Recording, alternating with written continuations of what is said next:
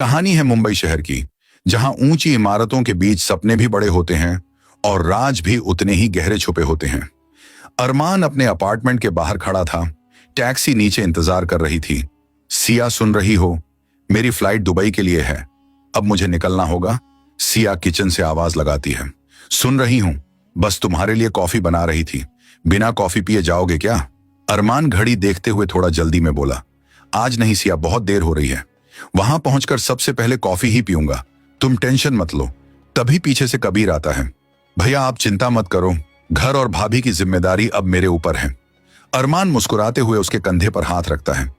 अपना और सिया का ध्यान रखना, मैं जल्दी वापस आऊंगा। यह कहकर अरमान टैक्सी में बैठ जाता है और धीरे धीरे गाड़ी आगे बढ़ जाती है। सिया बालकनी से उसे जाते हुए देखती रहती है, जब तक गाड़ी नजरों से ओझल नहीं हो जाती। घर के अंदर लौटते ही एक अजीब सी खामोशी पूरे घर में फैल जाती है, जैसे दीवारें भी कुछ महसूस कर रही हों। शाम ढलती है और शहर की रोशनी जगमगाने लगती है। कबीर हॉल में बैठा खामोश सोच में डूबा होता है। फिर अचानक आवाज लगाता है, भाभी कहाँ हो आप? सिया किचन से बाहर आती है और धीरे से पूछती है, क्या हुआ कबीर, इतने परेशान क्यों हो? कबीर गहरी सांस लेते हुए कहता है, जब से भैया गए हैं घर बहुत सूना लगने लगा है। सब कुछ होते हुए भी कुछ कमी सी लग रही है। सिया उसकी बात सुनकर थोड़ी देर चुप रहती है, फिर कहती है, हाँ मुझे भी ऐसा ही लग रहा है, लेकिन हमें इसकी आदत डालनी होगी। जिंदगी ऐसे ही चलती रहती है। कबीर थोड़ा झिझकते हुए कहता है, भाभी इस उम्र में अकेलापन बहुत भारी पड़ता है। कभी कभी लगता है जैसे कोई अपना पास बैठकर बात करे। सिया हल्की सी मुस्कान के साथ कहती है, तुम अकेले नहीं हो कबीर, मैं हूं ना तुम्हारे साथ। कबीर उसकी आंखों में देखता है और कुछ पल के लिए दोनों के बीच एक अजीब सी खामोशी छा जाती है, जैसे दोनों कुछ कहना चाहते हों लेकिन शब्द नहीं मिल रहे हों। अगले दिन सुबह सिया जल्दी उठकर कबीर के लिए उसकी पसंद का नाश्ता बनाती है। कबीर टेबल पर बैठते हुए खुश होकर कहता है, भाभी आपके हाथ का खाना सच में बहुत अलग होता है। सिया हंसते हुए कहती है, सच में इतना अच्छा लगता है तुम्हें? कबीर कहता है, हाँ बहुत, शायद इसलिए क्योंकि इसमें अपनापन है। दिन धीरे धीरे गुजरता है और दोनों के बीच बातचीत बढ़ने लगती है। छोटी छोटी बातें अब लंबी बातों में बदलने लगती हैं। शाम को बारिश शुरू हो जाती है और खिड़की के बाहर पानी की बूंदें कांच पर गिरती रहती हैं। रात को कबीर को नींद नहीं आती। वह उठकर पानी पीने जाता है तो देखता है सिया भी जाग रही है। कबीर पूछता है, आपको भी नींद नहीं आ रही? सिया कहती है, पता नहीं क्यों आज दिल बहुत बेचैन है। कबीर धीरे से कहता है, अगर आप कहें तो मैं आपके पास बैठ जाऊं। सिया कुछ पल सोचती है, फिर धीरे से कहती है, बैठ जाओ। दोनों साथ बैठते हैं, लेकिन शब्द कम और खामोशी ज्यादा बोल रही होती है। कबीर कहता है, भाभी क्या आपको भी भैया की बहुत याद आती है? सिया गहरी सांस लेते हुए कहती है, हाँ बहुत, लेकिन जिंदगी रुकती नहीं है। कबीर थोड़ा और करीब खिसकता है और कहता है, कभी कभी इंसान को सहारे की जरूरत होती है। सिया उसकी तरफ देखती है और नजरें झुका लेती हैं। उस पल में कुछ ऐसा बदलता है जो शायद दोनों ने सोचा नहीं था, लेकिन सिया के दिल में सिर्फ अकेलापन नहीं बल्कि एक और ख्याल चल रहा था। एक ऐसा ख्याल जिसमें भविष्य, पैसा और इस घर की सारी जिम्मेदारी शामिल थी। उसे पता था कि अरमान ने अपनी सारी प्रॉपर्टी अपने छोटे भाई कबीर के नाम कर रखी है और अगर कबीर की शादी हो गई तो सब कुछ उसके हाथ से निकल सकता है। यही सोच उसे अंदर ही अंदर बेचैन कर रही थी। अगले दिन सिया कबीर का और ज्यादा ख्याल रखने लगती है। उसकी हर छोटी जरूरत का ध्यान रखती है। कबीर भी इस बदलते व्यवहार को महसूस करता है, लेकिन समझ नहीं पाता कि इसके पीछे वजह क्या है। एक तरफ बढ़ती नजदीकियां थीं और दूसरी तरफ छुपे हुए इरादे। दोनों के बीच रिश्ता अब धीरे धीरे एक ऐसे मोड़ पर पहुंच रहा था जहां से वापसी आसान नहीं थी। बाहर मुंबई की बारिश लगातार हो रही थी और अंदर इस घर में एक ऐसा खेल शुरू हो चुका था जिसमें हर चाल के पीछे कोई न कोई राज छुपा था और कबीर को अभी तक इस खेल का असली चेहरा दिखाई नहीं दिया था। लेकिन जल्द ही सब कुछ सामने आने वाला था और जब सच्चाई सामने आएगी तो यह रिश्ता पूरी तरह बदल जाएगा। कहानी अभी सिर्फ शुरुआत है, आगे जो होगा वो सब कुछ हिलाकर रख देगा। सुबह की हल्की धूप खिड़की से अंदर आ रही थी, लेकिन इस घर के माहौल में एक अजीब सी बेचैनी थी। कबीर उठकर हॉल में आया तो देखा सिया पहले से जागकर उसके लिए नाश्ता तैयार कर चुकी है। कबीर हैरान होकर बोला, भाभी आप इतनी सुबह? सिया मुस्कुराते हुए बोली, तुम्हें ऑफिस जाना होता है ना, इसलिए सोचा तुम्हारा ख्याल रखूं। कबीर थोड़ा सोच में पड़ गया, क्योंकि सिया का ये बदलता व्यवहार अब उसे अलग लगने लगा था। दिन बीतते गए और सिया हर दिन कबीर के ओर करीब आती गई।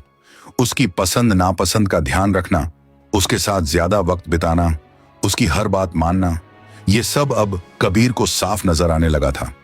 एक रात कबीर अचानक बोला, भाभी क्या आप सच में मेरी फिक्र करती हो या इसके पीछे कोई और वजह है?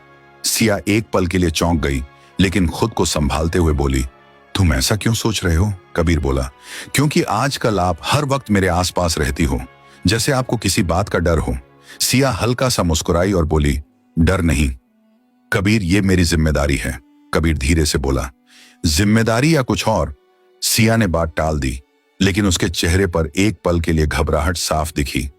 उसी रात कबीर को एक अनजान नंबर से कॉल आता है। फोन पर एक लड़की की आवाज आती है, हेलो, क्या मैं कबीर से बात कर रही हूं? कबीर कहता है, हाँ बोलिए, आप कौन? लड़की कहती है, मैं नेहा बोल रही हूं, आपसे रिश्ते के बारे में बात हुई थी। कबीर चौंक जाता है, क्योंकि उसने कुछ दिन पहले सच में शादी के लिए एक एजेंसी में अपना प्रोफाइल डाला था। कबीर कहता है, हाँ, लेकिन अभी बात करना थोड़ा मुश्किल है, मैं बाद में कॉल करता हूं। सिया दूर खड़ी ये सब सुन लेती है और उसके चेहरे का रंग बदल जाता है। अब उसे यकीन हो जाता है कि कबीर सच में शादी करने की सोच रहा है, और यही वो चीज थी जिससे वो सबसे ज्यादा डर रही थी। रात को सिया अपने कमरे में अकेली बैठी सोच रही थी, अगर कबीर की शादी हो गई तो इस घर की सारी प्रॉपर्टी किसी और के नाम चली जाएगी और उसका भविष्य पूरी तरह खत्म हो जाएगा। तभी उसके दिमाग में एक खतरनाक प्लान आता है। अगले दिन से सिया और भी ज्यादा कबीर के करीब आने लगती है। उसकी हर जरूरत से पहले मौजूद रहना, उसकी हर बात पर ध्यान देना, यहां तक कि उसकी छोटी छोटी आदतों को भी अपनाना। कबीर ये सब देख रहा था और अब उसे पूरा यकीन होने लगा था कि सिया के इरादे साफ नहीं हैं, लेकिन वो भी चुप था, क्योंकि वो सिया की सच्चाई जानना चाहता था। एक रात सिया खुद कबीर के पास आती है और कहती है, कबीर क्या तुम सच में शादी करना चाहते हो? कबीर सीधे उसकी आंखों में देखता है और कहता है, हाँ, क्यों, आपको क्या फर्क पड़ता है? सिया थोड़ी धीमी आवाज में कहती है, फर्क पड़ता है क्योंकि मैं इस घर की बड़ी बहू हूं और मुझे इस घर की चिंता है। कबीर हल्का सा मुस्कुराता है और कहता है, या फिर आपको इस घर की नहीं बल्कि इस घर की जायदाद की चिंता है? सिया एकदम चुप हो जाती है, क्योंकि कबीर ने सीधे उसके दिल की बात पकड़ ली थी। लेकिन सिया हार मानने वालों में से नहीं थी। वो धीरे से कहती है, अगर मैं तुम्हारा ख्याल रखूं, तुम्हें अकेलापन महसूस ना होने दूं, तो क्या तुम्हें शादी की जरूरत पड़ेगी? कबीर उसकी बात सुनकर कुछ देर तक चुप रहता है और फिर कहता है, यह सब इतना आसान नहीं है भाभी। सिया उसकी आंखों में देखते हुए कहती है, कुछ भी आसान नहीं होता, लेकिन अगर चाहो तो सब मुमकिन है। उस रात दोनों के बीच की दूरी और कम हो जाती है, लेकिन कबीर के दिमाग में अब एक नया खेल शुरू हो चुका था। उसे अब पूरा यकीन था कि सिया कुछ बड़ा छुपा रही है, इसलिए उसने फैसला किया कि वो सिया की सच्चाई सामने लाकर रहेगा। अगले दिन कबीर घर में कुछ जगहों पर छोटे कैमरे लगाता है, ताकि सिया की हर हरकत रिकॉर्ड हो सके, और वहीं दूसरी तरफ सिया अपने प्लान के अगले कदम की तैयारी कर रही थी। अब इस घर में एक ही समय पर दो अलग अलग खेल चल रहे थे, एक सिया का जो सब कुछ पाने के लिए था और दूसरा कबीर का जो सच सामने लाने के लिए था। दोनों को नहीं पता था कि आगे क्या होने वाला है, लेकिन इतना तय था कि अगली चाल इस कहानी को पूरी तरह बदल देगी, और जो सच सामने आएगा वो सब कुछ तोड़ देगा। कहानी अब और ज्यादा खतरनाक मोड़ लेने वाली है। घर की दीवारें अब सिर्फ खामोशी नहीं बल्कि राज भी छुपा रही थीं। सिया ने अपना प्लान और तेज कर दिया था। अब वो कबीर के और भी करीब आने लगी, उसकी हर बात मानना, हर वक्त उसके आसपास रहना, उसे अकेलापन महसूस न होने देना। कबीर ये सब देख रहा था, लेकिन अब वो सिर्फ देख नहीं रहा था बल्कि हर चीज रिकॉर्ड भी कर रहा था।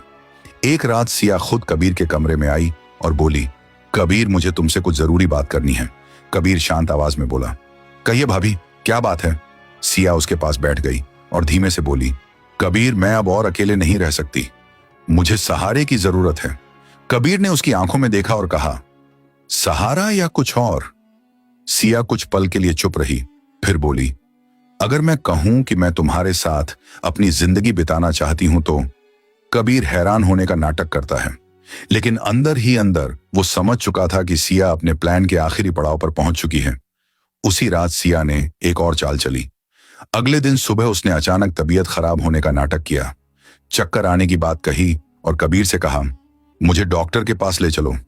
कबीर उसे अस्पताल लेकर गया, जहां पहले से ही सिया के कहने पर एक डॉक्टर तैयार था। डॉक्टर ने जांच के बाद कहा, कांग्रेचुलेशन, आप मां बनने वाली हैं। यह सुनकर कबीर ने चौंकने का नाटक किया और सिया रोने लगी। सिया बोली, कबीर, यह सब तुम्हारी वजह से हुआ है। अब तुम मुझे अकेला नहीं छोड़ सकते। कबीर गुस्से में बोला, यह झूठ है, मैंने ऐसा कुछ नहीं किया। लेकिन सिया ने रोते हुए कहा, अगर तुमने मेरा साथ नहीं दिया तो मैं सबको बता दूंगी कि तुमने मेरे साथ जबरदस्ती की है। कबीर समझ गया कि सिया अब उसे ब्लैकमेल कर रही है। उसने शांत रहते हुए कहा, ठीक है, जैसा तुम कहोगी वैसा ही होगा।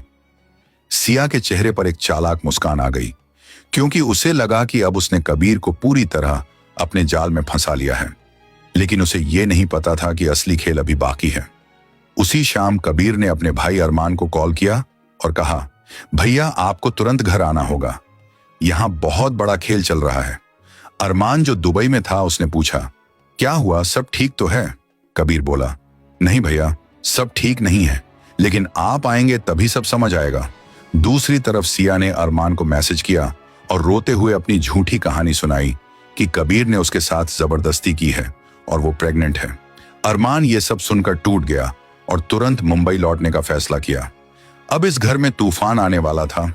एक तरफ सिया का झूठ और चाल थी और दूसरी तरफ कबीर के पास उसके हर झूठ का सबूत।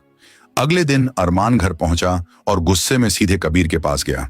बोला, तूने मेरे भरोसे का ये सिला दिया। कबीर शांत रहा और बोला, भैया, फैसला करने से पहले आपको कुछ देखना होगा। सिया बीच में बोली, नहीं अरमान, ये सब झूठ है, ये मुझे फंसाने की कोशिश कर रहा है। लेकिन कबीर ने टीवी ऑन किया और रिकॉर्डिंग चलाने लगा। वीडियो में सिया किसी और आदमी से फोन पर बात कर रही थी और कह रही थी कि कबीर जल्दी ही मेरे जाल में फंस जाएगा और फिर सारी प्रॉपर्टी मेरे हाथ में होगी। ये देखकर अरमान के पैरों तले जमीन खिसक गई। सिया घबरा गई और बोली, ये सब झूठ है, ये वीडियो नकली है। लेकिन कबीर ने एक के बाद एक कई रिकॉर्डिंग दिखा दी, जिसमें सिया का हर प्लान साफ नजर आ रहा था। अब सिया के पास कोई जवाब नहीं था। उसका सच सबके सामने आ चुका था। लेकिन कहानी अभी खत्म नहीं हुई थी, क्योंकि सबसे बड़ा सच अभी सामने आना बाकी था, जो सब कुछ पूरी तरह बदल देने वाला था। अब फैसला अरमान के हाथ में था कि वो किस पर भरोसा करता है, और ये फैसला ही इस कहानी का अंत तय करेगा। टीवी स्क्रीन पर चल रही रिकॉर्डिंग बंद हुई और कमरे में सन्नाटा छा गया। अरमान की आंखों में गुस्सा और दर्द साफ नजर आ रहा था। उसने सिया की तरफ देखा और भारी आवाज में कहा, यह सब क्या है सिया? क्या यही सच है? सिया के पास अब कोई जवाब नहीं था। उसके सारे झूठ और चालाकी बेनकाब हो चुके थे। वो रोते हुए अरमान के पैरों में गिर गई और बोली, मुझसे गलती हो गई, मुझे माफ कर दो। मैंने जो किया डर और लालच में किया। मैं अकेली पड़ गई थी और मुझे अपना भविष्य सुरक्षित करना था। अरमान ने उसे झटकते हुए कहा, यह मजबूरी नहीं, बल्कि तुम्हारा लालच था। तुमने मेरे भरोसे को तोड़ा, मेरे भाई को फंसाने की कोशिश की और हमारे रिश्ते को बर्बाद करने की साजिश रची। कबीर चुपचाप खड़ा सब देख रहा था। अरमान उसकी तरफ मुड़ा और कहा, मुझे माफ कर दे कबीर, मैंने तुझ पर शक किया। कबीर ने शांत स्वर में कहा, भाई, गलती इंसान से ही होती है, लेकिन सच सामने आना जरूरी था। अगर आज ये सब सामने नहीं आता तो शायद हम हमेशा के लिए टूट जाते। सिया रोते हुए बोली, मुझे एक मौका दे दो, मैं सब ठीक कर दूंगी। अरमान ने सख्त आवाज में कहा, अब कुछ ठीक नहीं हो सकता। इस घर में और मेरी जिंदगी में तुम्हारे लिए कोई जगह नहीं है। तुमने जो किया उसके बाद अब सिर्फ एक ही रास्ता है, तुम यहां से चली जाओ। सिया के चेहरे से उम्मीद खत्म हो गई। वो धीरे धीरे उठी और बिना कुछ कहे दरवाजे की तरफ बढ़ गई। जाते जाते उसने एक आखिरी बार मुड़कर देखा, लेकिन अब कोई भी उसे रोकने वाला नहीं था। दरवाजा बंद हुआ और उसके साथ ही इस घर का एक कड़वा अध्याय खत्म हो गया। कुछ दिन बाद घर का माहौल धीरे धीरे सामान्य होने लगा। अरमान ने दुबई वापस जाने का फैसला टाल दिया और अपने परिवार के साथ रहने लगा। कबीर और अरमान के बीच पहले से भी ज्यादा भरोसा और मजबूत रिश्ता बन गया। दोनों ने मिलकर तय किया कि अब वो किसी पर भी आंख बंद करके भरोसा नहीं करेंगे। वक्त के साथ सब कुछ ठीक होने लगा, लेकिन इस घटना ने उन्हें जिंदगी का सबसे बड़ा सबक दे दिया कि हर मुस्कान के पीछे सच्चाई नहीं होती और हर रिश्ते में भरोसा करने से पहले समझना जरूरी होता है। इस कहानी का अंत यहीं होता है, लेकिन इसका संदेश हमेशा याद रहेगा। यह कहानी पूरी तरह काल्पनिक है,